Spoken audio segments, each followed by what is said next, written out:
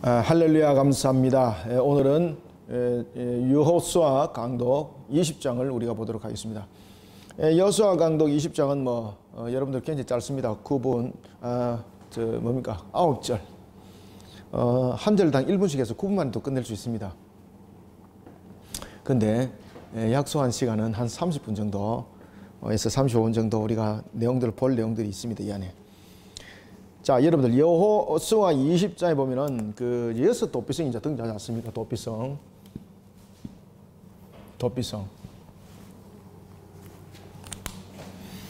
여섯 도피성이 있는데 이 여섯 도피성이 총 6개죠. 여섯 도피성. 도피성이 중심이 어디가 이렇게 기준이 되는 겁니까? 요단강이 기준이 되는 거죠. 그죠? 요단을 중심으로 해서 동편과 그리고 서편에 각각 3개의 도피성이 있습니다. 특히 이제 동편과 서편에 이 도피성이 있는 위치를 잘 보시면은 동쪽에 있는 사람 그리고 서쪽에 있는 사람들이 재빨리 피할 수 있는 위치에 두게 됩니다.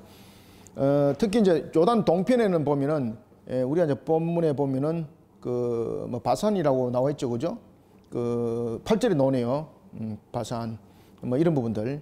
그 다음에 바산, 길라, 그 다음에 평지, 요렇게 세 군데가 있는데, 평지는 특히 이제 베셀 부분들을 말하고 있습니다. 그래서 동편에 바산과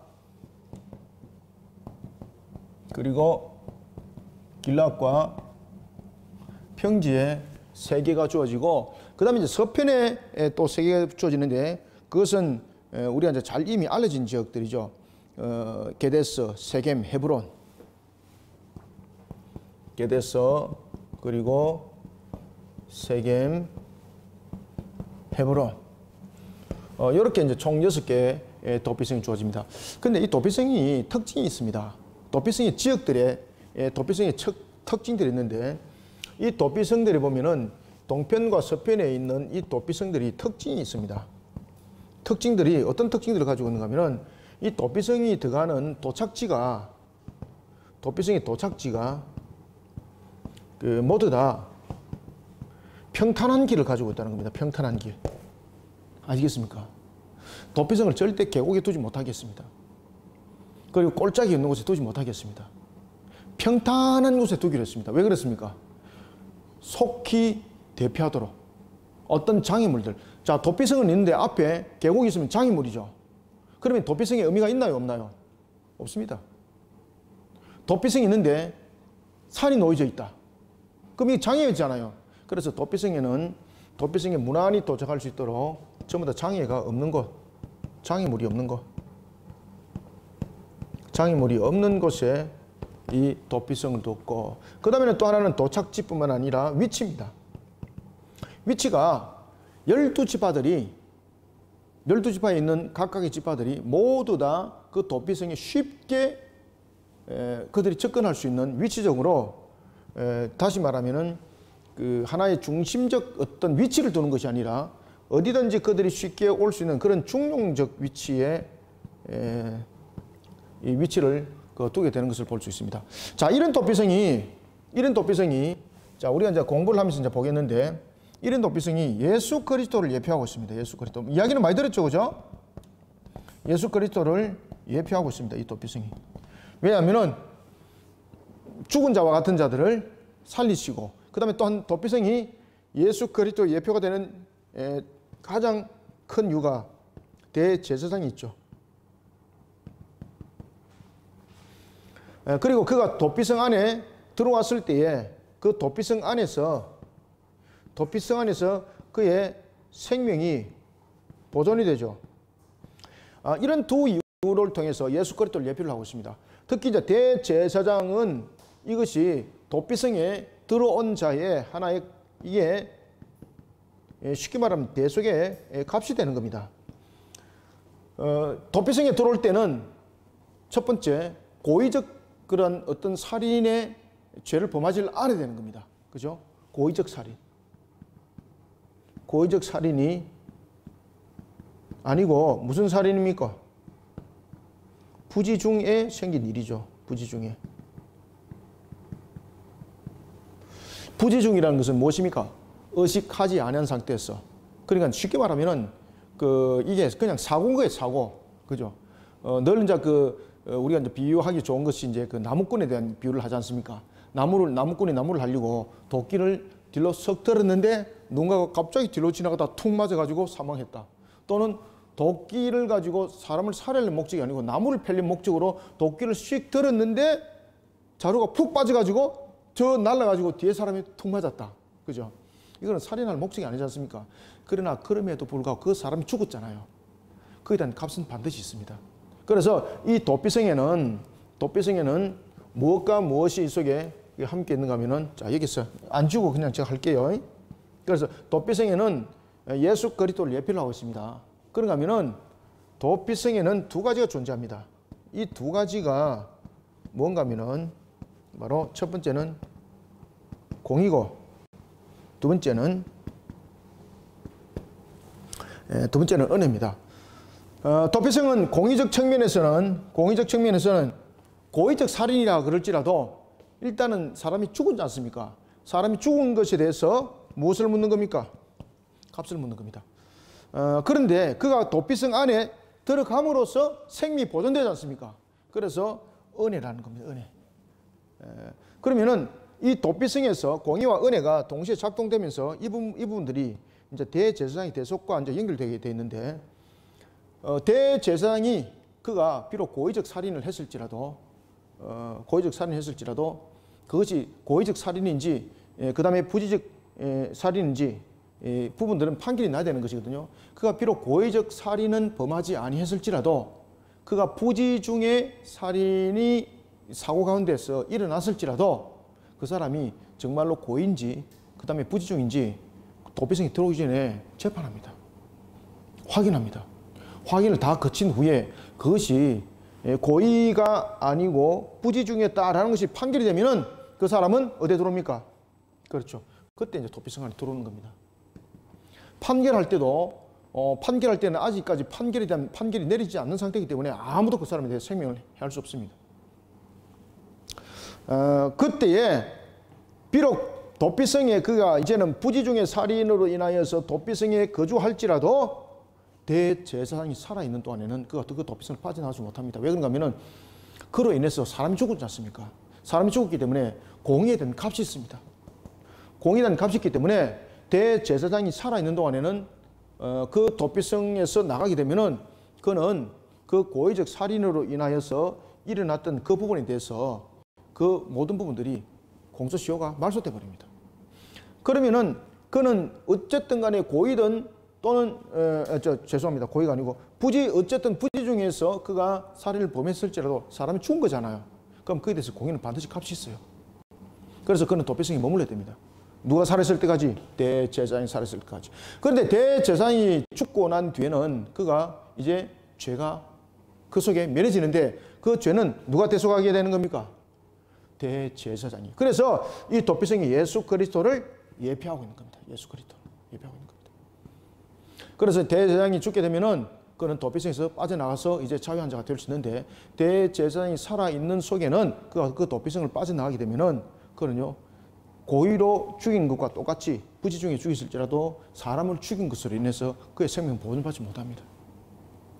자, 이런 도피성이 예수 그리스도를 예표한다 그랬죠. 자, 예수 그리스도는 예표할 뿐만 아니라 이 도피성은 또 현대에 있어서 우리에게 무엇을 말해주고 있는가 하면은 바로 에클레시아, 교회를 말하고 있습니다. 교회. 교회의 머리는 누굽니까? 예수 그리스도죠. 예수 그리스도. 그래서 도피성은 예수 그리스도를 예표하면서 무엇을 나타내고 있습니까? 그렇죠. 교회를 나타내고 있습니다. 그것은 뭔가 하면 하나님께서 교회를 통해서 우리에게 구원의 백성들을 불러 모으죠. 그런 측면에서 도피성의 역할을 하는 거예요.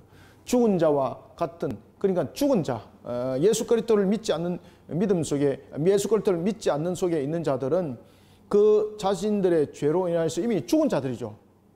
그런 자들이 예수 그리스도를 믿는 믿음 속에 들어옴으로써 그들은 생명을 보존받게 되는 거죠. 그런데 그들의 생명은 보존받는 것으로 끝나는 것이 아니라 예수 그리스도께서 대제사장이신 예수 그리스도께서 그들의 죄를 대속했죠. 그죠? 그래서 도피성의 내용은들은 이와 같이 구원에 세워진 구원 가운데 구원의 한 도구로 세워진 교회를 또한 우리에게 예표를 하고 있습니다. 자, 이런 도피성에 대해서 우리가 내용들을 쭉 간추려서 짧은 본문입니다. 1절부터 9절까지 짧은 본문입니다만은 그 내용들을 우리가 한번 살펴보도록 하겠습니다. 자, 1절 한번 봅시다. 여호와께서 여호수아에게 말씀하여 이르시되 2절 이스라엘 자손에게 말하여 이르기를 내가 모세를 통하여 너에게 말한 도피성들을 너희를 위해 정하여 부지 중에 실수로 사람을 죽인 자를 그리로 도망하게 하라. 이는 너희를 위해 피해 보복자를 피할 곳이니라. 아멘. 자, 여러분 하나님께서 모세를 통하여라고 말합니다. 그러면 모세를 통해서 이 말들이 먼저 주어졌다는 얘기지 않습니까? 그리고 모세를 통하여 너희들에게 말한 이랍니다. 말한 도피성을 그리고 너희를 위해서 정하여 그곳에 도피성을 두어라 라고 말을 합니다. 그러면 모세를 통하여서 너희에게 말한 그 말에 대해서 어떻게 하라는 겁니까? 순종하라는 겁니다. 순종하라. 그래서 도피성은 자신들의 판단에 의해서 두어야 되는 것, 안 두어야 되는 것 결정이 아니라는 겁니다. 도피성에 관한 부분들은 하나님께서 명함이라는 거예요. 자, 그러면은 이 도피성에 대해서 우리에게 또 하나는 이야기를 주고 있는 것은, 자, 그들이 부지 중에 살인을 범했을지라도 도피성에 이르지 않으면은 구원은 있습니까? 없습니까? 생명 보존은 없습니다. 그래서 이 도피성의 교회, 예수 그리스도를 예표한다 그랬죠. 우리가 이제 그 1세기와 2세기를 다뤘던 그런 이그나티우스가 교회 밖에는 구원이 없다라는 부분에 대해서 간접적으로서 신학적 조명을 했거든요. 그리고 난 뒤에 이제 그 신학에 대한 교회론을, 구원론을 보다 더 확정적으로 신학적으로 표명했던 사람이 아우스티누스였습니다. 교회 밖에는 구원이 없다. 그리고 이제 교회 안에도 보면 알고가 쭉쭉 있는데 그것은 종말 때, 마지막 심판 때 그 모든 것을 갈아놓는다라고 말했습니다. 자, 이런 도피성.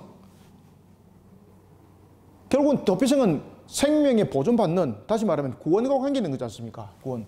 다른 곳에는 가면 구원 받을 수 있습니까? 못 받습니까? 생명 구원 못 받습니다. 오직 도피성으로 가야만이 생명 구원을 받을 수가 있습니다. 자, 하나님께서 우리에게 살아가면서 구원에 관한 도피성을 우리에게 허락하셨죠. 그 도피성은 오직 무엇만이 우리의 구원의 반열에 이룰 수 있습니까?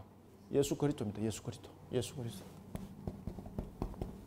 오직 예수 그리스도 안에 들어가야만이 우리는 구원이 있습니다. 그죠? 그래서 이 도피성은 이와 같이 우리의 구원을 말하고 있고, 그 다음에 다른 부분들이 아니라 모세를 통해서 말한 이 도피성, 그것은 너희들이 원한다고 세우고 원하지 않는다고 세우는 것이 아니라 너희들이 원하는 이곳에 세우고 저곳에 세우는 것이 아니라는 겁니다. 그래서 이 도피성과 같은 이 성격들을 한 개를 두고, 두 개를 두고, 10개를 두고 싶다. 아, 나는 6개가 너무 작아요. 12개 두면 좋겠네. 이것이 아니라는 겁니다. 그래서 도피성은 하나님께서 동편에, 요단 동편에 3개, 요단 서편에 3개 두고 있는 그 위치, 그 자리 외에는 도피성은 성립이 안 된다는 이야기입니다. 따라서 우리에게 구원은 오직 예수 그리스도, 하나님께서 정하신 거예요. 어떤 분들은 막 그렇게 이야기합니다.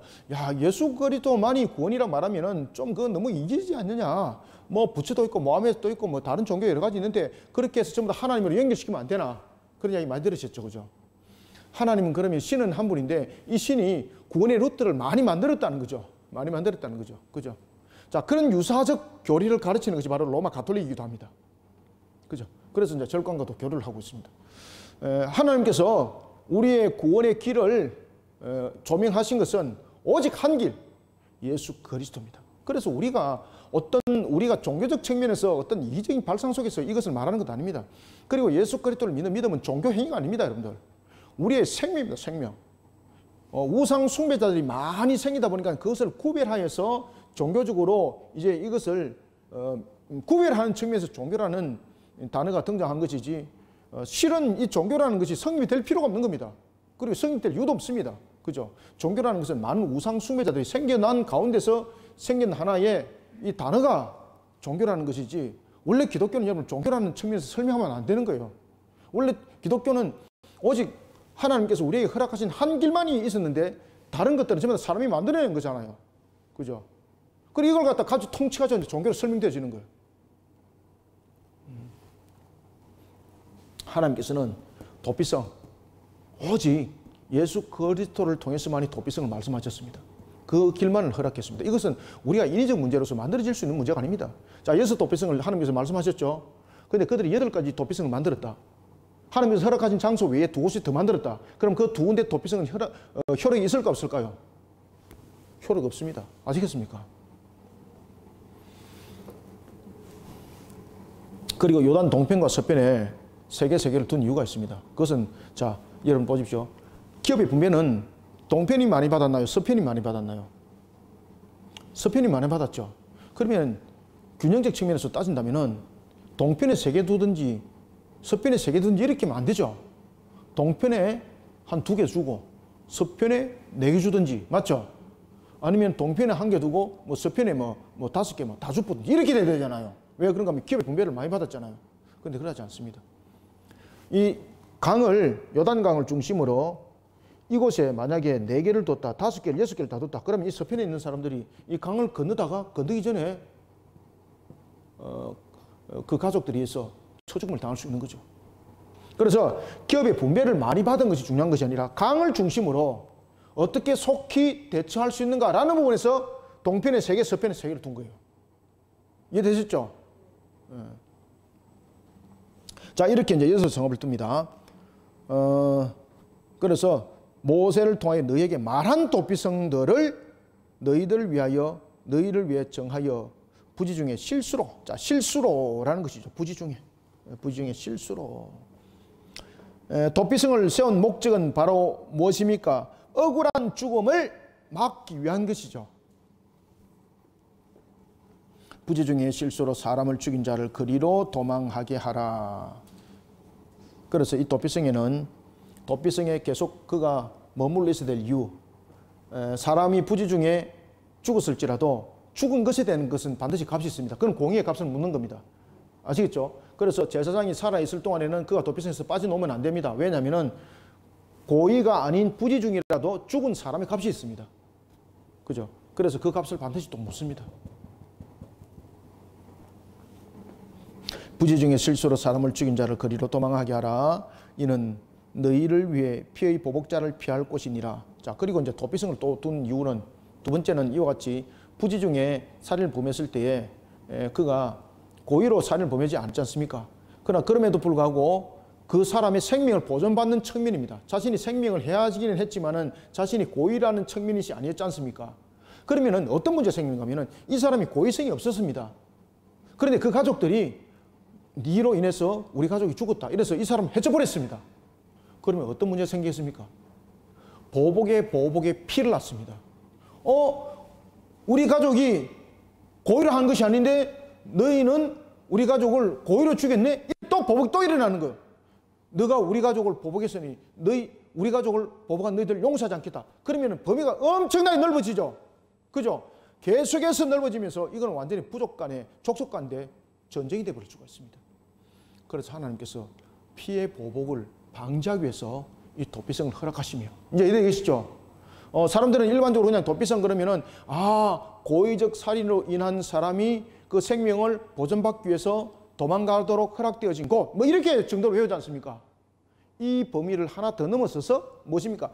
피해 보복을, 계속되는 반복적인 피해 보복을 막기 위해서 도피성은 또한 존재했던 거예요. 그래서 이 도피성은 두 가지의 또 큰 의미를 가지고 있는데, 하나는 그 사람의 생명을 보존받는 측면이었고, 두 번째는 무엇입니까? 그렇죠. 피의 보복을 방지하기 위해서입니다.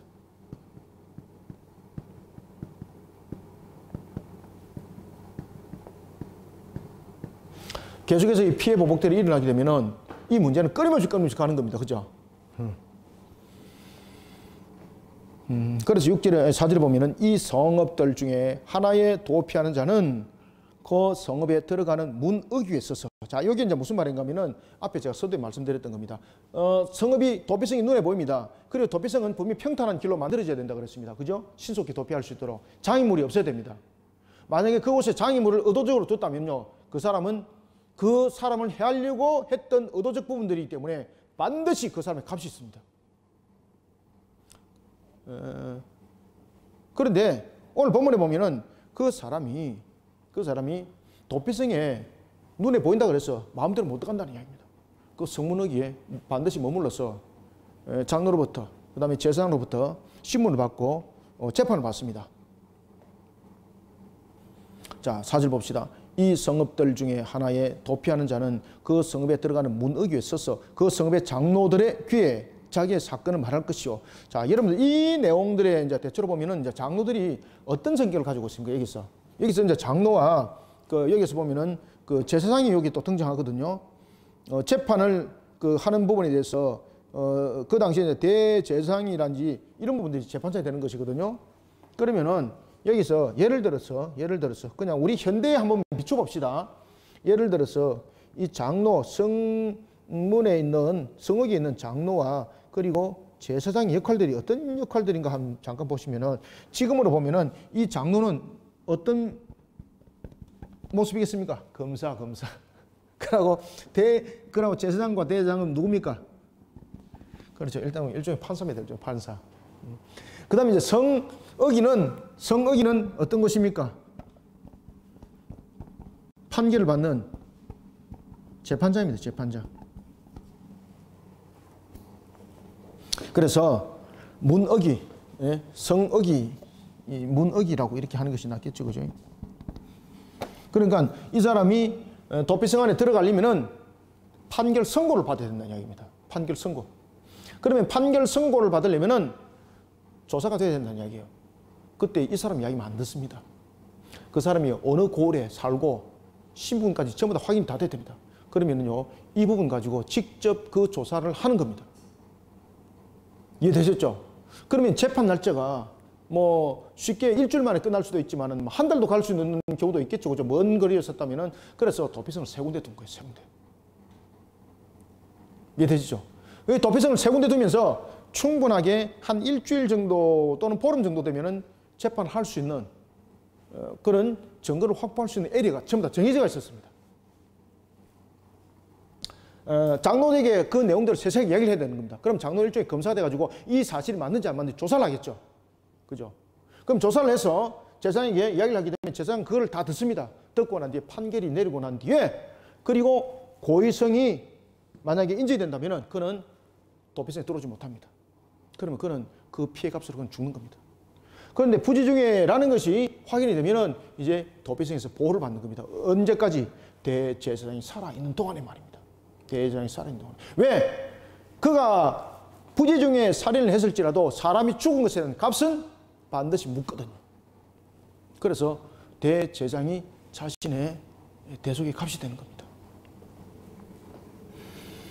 피해보복자가, 자 봅시다. 그래서 재판을 합니다. 5절. 피해보복자가 그의 뒤를 따라온다 할지라도, 이제 가족 가운데 이제 그런 부분들이 이제 생긴 거죠. 피해보복자가 그의 뒤를 따라온다 할지라도 그들은 그 살인자를 그의 손에 내주지 말지니, 이게 이제 뭔가 하면은 지금 공판 중입니다. 공판 중에는 결정이 안 났잖아요. 그러면 누구 이야기도 들어서 판결하지 말라는 겁니다. 증거를 확실히 가지고 일반 한 입장만 가지고 판결하지 말라는 거죠. 그래서 도피성에서는 재판이 그냥 1시간, 2시간 만에 끝나지 않습니다. 현지에 사람이 파견되어서 그 내용들을 확인도 하고 이런 일들이 전부 다 일어나는 겁니다. 그리고 난 뒤에 이 부분들을 조사한 것 가지고 이제 판결을 하게 되는 겁니다. 그 판결이 완전히 내려지기까지는요, 이 사람이 고의든 어떻게 했든 간에 이 사람은 밖으로 내보내지 않습니다. 아시겠습니까? 아무도 이 사람을 못 해칩니다. 만약에 이 사람을 해쳤다면 그 사람은 살인죄로 적용이 되는 겁니다. 그래서 그 살인자는 회중 앞에 서서 재판을 받기까지 또 그는 또는 그 당시 대제사장이 죽기까지 성읍에 거주하다가 그 후에 그 살인자는 그 성읍 곧 자기가 도망하여 나온 자기 성읍 자기 집으로 돌아갈지니라. 아멘. 대제사장이 하나의 그 사람의 희생의 그 사람의 그 하나의 죄의 그 값이 되는 겁니다. 대속이 되어 주는 거죠. 그래서 대제사장의 죽음은 바로 예수 그리스도께서 십자가에서 죽으심을 예표하고 있다라는 것입니다. 7절 이에 그들이 납달리. 자, 이제 이렇게 해서 이제 6개 도피성이 이제 배치가 됩니다. 여기에서 이제 갈릴리 게데스라는 곳은 요단 어디가 되겠습니까? 서편이 되는 겁니다. 요단 서편. 그죠? 요단 서편입니다. 자, 요단 서편에 먼저 세기가 이루어집니다. 납달리의 산지 갈릴리 게데스와 에브라임 산지의 세겜과 유다 산지의 길랏 아르밧 곧 헤브론과, 그죠? 여리고 동쪽. 자, 여기까지가 여러분들 어디입니까? 요단 서편이죠. 이제 8절을 보면 이제 요단 동편이 되겠습니다. 여리고 동쪽, 요단 저쪽, 그죠? 요단 동편을 말하고 있죠. 르우벤 지파 중에서 평지 광야의 어디입니까? 베셀. 이게 평지입니다. 제가 아까 적었던 요 평지, 요것이 베셀입니다.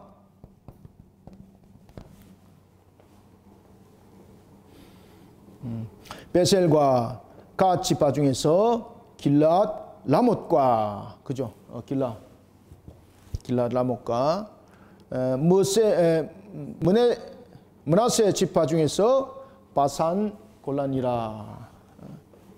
바산 골란을 구별하였으니, 이렇게 이제 세 도피성이 이렇게 구별되는 겁니다. 9절 이는 곧 이스라엘 모든 자손과 그들 중에 거류하는 거류민을 위하여 선정된 성읍들로서 누구든지 부지 중에 살인한 자가 그리로 도망하여 그가 회중 앞에 설 때까지 피해 보복자의 손에 죽지 아니하게 하기 위함이라. 아멘. 그죠? 그래서 참 이게 판결이 보면은 지금 현재의 우리의 판결보다 오히려 더 나은 것 같아요. 그렇죠? 지역까지 딱 나눠가지고, 그죠? 판결할 수 있는 지역까지 딱 나눠가지고 아주 신속하게 조사가 이제 될 수 있는 그런 부분들. 그래서 특히 이제 살인 부분에 대해서 이런 부분들을 굉장히 중요하게 다뤘습니다. 굉장히 중요하게 다뤘습니다. 왜냐하면 이게 만약에 억울한 죽음이 되게 되면은 그 피해 값이 누구에 돌아가는 겁니까? 바로 이 사람들에게 돌아가는 겁니다. 이 사람들에게.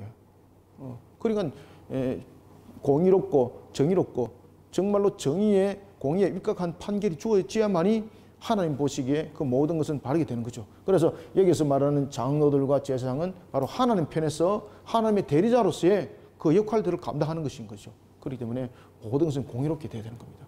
만약에 자기 가족 가운데서 누군가가 그런 일을 당해가지고 야, 요거 좀 덮어가지고 좀 어떻게 문제를 셈셈 쳐야 되겠다. 그런데 도망온 것이 내 가족이다. 그래서 고의적 살인이지만은 부지중이라고 만들어가지고 만약에 들려드렸다. 이러면은 그의 모든 그 성읍에 있는 사람들까지 하나님의 징계가 그 속에 임했다는 것입니다. 자, 오늘 우리는 이와 같이 짧은 본문을 우리가 이제 보면서 내용들을 이제 전개해 왔는데, 이 속에서 우리가 이제 가장 중심적으로 여러분들 20장에서 우리가 알아야 될 것은 하나님의 은혜라는 것을 잊지 말라는 겁니다. 이 도피성을 통해서 무엇을 잊지 마라? 그렇죠. 하나님의 은혜를 잊지 마라. 하나님의 은혜를 잊지 마라. 도피성은 사람이 만드는 것이 아니지 않습니까? 하나님이 허락하심이거든요. 그 다음에 8도피성도 아니고 12도피성도 아니고 은혜뿐만 아니라 이 하나님의 은혜적 측면에서 이 모든 것은 하나님의 말씀대로 순종함으로써 이 도피성은 세워짐이 된다는 것입니다. 생명의 보존. 모든 생명들은 다 귀합니다. 그런데 자기의 생명을 다른 사람의 생명보다도 더 가치 있게 여겨지고 또 가치 있게 생각해가지고 다른 사람을 죽였다. 이름이 말 안 되는 거죠. 그죠? 모든 생명은 하나님 앞에서 똑같습니다. 무슨 생명이 A, B 등급이 없습니다. 그래서 어떤 사람의 생명은 마치 A 뿌린 것처럼 말하고 있고 어떤 사람은 마치 그 C 또는 D와 같은 그런 생명의 값으로 말하고 있지만 절대 그렇지 않습니다. 그래서 모든 것들은 이와 같이 생명은 생명으로 모든 것은 존귀하게 우리에게 그것이 다가와야 되는 것이고, 또 하나는 우리가 생명에 대한 부분들을 돌아볼 때는 항상 누구를 돌아봐야 되는 겁니까? 생명의 주관자는 하나님이라는 것을 우리는 항상 돌아봐야 됩니다. 그리고 생명의 존귀함, 그리고 또한 생명의 여러 가지 부분에 대해서 우리는 어떤 부분에도 생명은 경시해서는 안 된다는 것, 또는 이런 사고로 인하여서 일어났지만은 그러면 살인은 살인으로서 모든 것은 철회된다는 것이 아니라 반드시 이것이 어떤 살인으로 일어났는지는 공정한 재판을 통해서 이 부분들이 밝혀지도록 하라라는 것을 또한 우리는 도피성을 통해서 공부하게 되었습니다. 자, 오늘은 이 짧은 본문이지만은 뭐 이런 여러 가지 의미들을 가지고 있고 또 예수 그리스도를 예표하고 있는 도피성, 그리고 또한 이 예수 도피성은 현재의 무엇을 또한 예표하고 있다? 교회를 예표하고 있다. 그리고 또한 예수 그리스도 외에는 구원이 없다라는 것이 여섯 도피성만 지정한 것. 그 다음에 하나님께서 그 지역을 지정한 거죠. 다른 데서 두는 것은 도피성으로 효력이 있다 없다? 없다. 예수 그리스도만이 우리의 구원의 길이라는 것을 또한 이 여섯 도피성을 통해서 우리가 반드시 인지하는 저와 여러분들이 되시기를 소망합니다. 기도하겠습니다. 하나님 감사합니다. 주께서 오늘도 우리에게 베푸시는 은혜 가운데 요단 동편과 요단 서편에 각각 세 도피성을 둔 것을 봅니다. 오늘도 우리에게 예수 그리스도 안에서 구원을, 또한 예수 그리스도 안에서 구원을 허락하실 때에 교회 안의 구원을 우리에게 다시 한 번 더 확인하는 시간이 되게 하시니 감사합니다. 주 예수 그리스도를 믿으라. 그러면 너와 내 집에 구원을 받으리라. 오직 이 복음 하나로 오늘도 우리가 진리에 서는 자들이 되게 하여 주시고, 이 진리의 복음 안에서 우리가 사명 사역을 감당하는 교회, 그리고 또한 참으로 길 잃은 영혼들, 죽을 수밖에 없는 그러한 죄인된 우리의 모습들, 예수 그리스도의 구원의 십자가로 오늘도 영혼들을 불러 모으는 주의 복음의 사역에 우리 그리심교회 쓰임받게 하여 주옵소서. 이런 가운데 우리 그리심교회 바티스 사역 더욱더 힘있게 일어서게 하여 주시고, 하나님의 뜻을 힘있게 펼쳐나갈 수 있도록 성령님 역사하여 주옵소서. 예수님 이름으로 기도드립나이다. 아멘.